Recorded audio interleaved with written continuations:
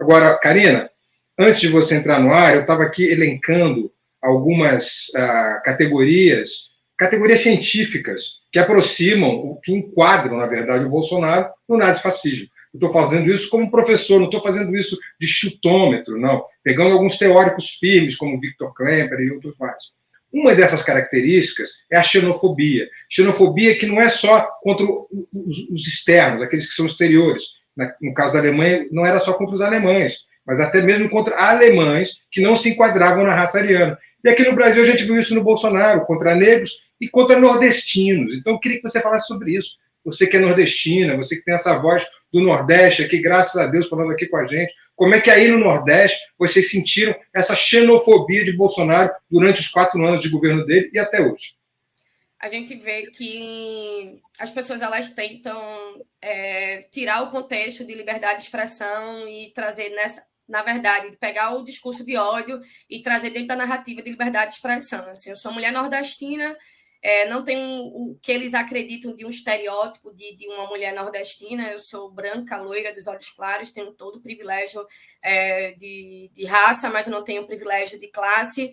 Mas a partir do momento que eu abro a boca, as pessoas elas sabem que eu sou nordestina. Então, eu, enquanto mulher nordestina, assim como outros nordestinos, nós sofremos muito a questão da própria xenofobia. Boa parte dos ataques que eu recebo nas redes sociais são ataques xenofóbicos. No e-mail que eu trouxe aqui da última ameaça de morte, da tentativa de estupro coletivo, desconfigurar meu corpo, disseram que eu iria ficar feliz de ser estrupada por um ariano e que eu era uma macaca preta, mesmo eu tendo um estereótipo de ser branca, loira, dos olhos claros, eu seria uma macaca preta porque eu não pertenço à raça ariana, porque eu sou nordestina.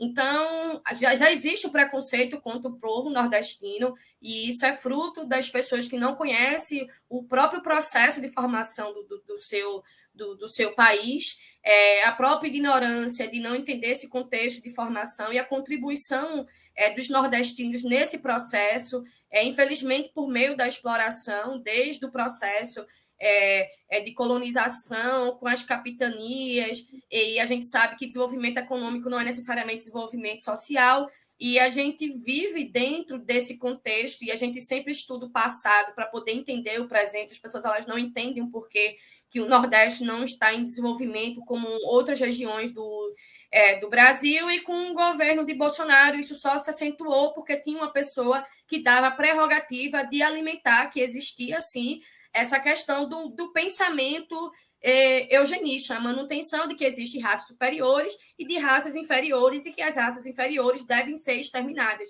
E é assim que eu me sinto enquanto uma mulher nordestina que faço política e que vem ocupar as redes sociais dentro do cenário do período de Bolsonaro e pós-Bolsonaro, porque apesar de Bolsonaro ter saído da presidência da República, a gente que é nordestino, nós conseguimos, na verdade, nós ainda enfrentamos a questão do preconceito e da própria xenofobia. Eu fui alvo de vários ataques aí que vocês viram, de vazamento de dados, várias ameaças de morte, e a maioria dos ataques que eu recebi foram ataques xenofóbicos, e até então, pela quantidade de mensagens que eu recebi, a minha primeira iniciativa foi processar as pessoas que cometeram ataques xenofóbicos contra mim, para dar um recado para essas pessoas e para também trazer essa narrativa de que internet não é terra sem lei, que xenofobia é crime, que as pessoas que cometeram xenofobias contra mim e outros nordestinos devem ter a questão da punição com base na lei. Então, eu sei que Bolsonaro é xenofóbico, sim, e que ele alimentou a xenofobia contra os nordestinos, chamando o nordestino de analfabeto, dizendo que Lula estava sendo eleito por causa de Bolsa Família, porque essa daqui engravida diz que um filho é uma geladeira, um outro é um fogão. Então, tem várias falas hoje de Bolsonaro, e durante o período que ele estava no poder, e até antes mesmo, enquanto deputado federal, várias falas xenofóbicas contra o povo nordestino, né? Não é à toa que Bolsonaro não se cria aqui no Nordeste. Karina, você está falando de uma legislação. Você acha que o que pode avançar na legislação brasileira no sentido de proteger pessoas como você. Lembrar aqui para a nossa comunidade, para quem está nos assistindo, que a Karina ela foi alçada como um alvo depois de uma postagem da Michelle Bolsonaro, né, que ataca a Karina e acaba expondo as redes e o rosto da Karina para o Brasil e para o mundo, tipo assim, olha, toma aqui, gente, ataque, essa aqui. E aí, a partir disso, você recebe uma série de ataques brutais. Como você acha que a legislação brasileira ainda... eu sei que você foi na delegacia, você entrou com processo, tomou uma série de medidas judiciais, mas ainda o nosso arcabouço legal, digamos assim, deixa desprotegidas as pessoas que são atacadas como você, não? Sim, eu acho que a gente tem que discutir a questão da regulamentação do PL 2630. É importante ressaltar que aquilo que é crime dentro da realidade também é crime dentro das redes sociais. O que é crime na rua também é crime dentro das redes sociais. A questão é que a gente não tem uma legislação direcionada para poder responsabilizar essas empresas, essas big techs que ganham em cima do discurso de ódio, da propagação de ódio, de propagação de fake news. Então, o PL 2630 ele é uma ferramenta que a gente pode utilizar, inclusive, para resguardar a questão da liberdade de expressão. O PL 2630 não é uma emenda constitucional que altera a Constituição Federal, é um projeto de lei para poder regulamentar e dividir as responsabilidades entre essas empresas e as pessoas que são usuárias dessas plataformas digitais. Então, eu parto do princípio que a gente tem que defender a regulamentação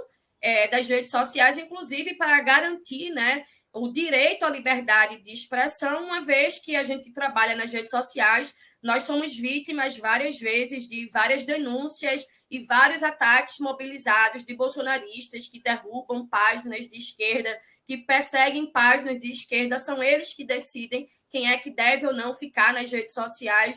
Então, a partir disso, a gente vai poder dividir as responsabilidades entre as empresas que lucram muito e as pessoas que se aproveitam das redes sociais para se esconder e para poder propagar o discurso de ódio, levando em consideração, mais uma vez, que a internet não é terra sem lei. O que acontece dentro e fora das redes sociais é configurado o crime, que a gente precisa ter algo mais direcionado de forma a punir os agressores que se aproveitam dos espaços das redes sociais para propagar ódio, para poder perseguir, algo que aconteceu comigo, entre outros comunicadores. O meu caso foi um pouco mais grave, porque eu tive vazamento de dados, de endereço, fui ameaçada de morte, assim como meu filho e outras pessoas da minha família. Então, eu acho que a gente precisa defender a regulamentação, e é algo que os bolsonaristas não querem, porque eles se alimentam e crescem justamente por meio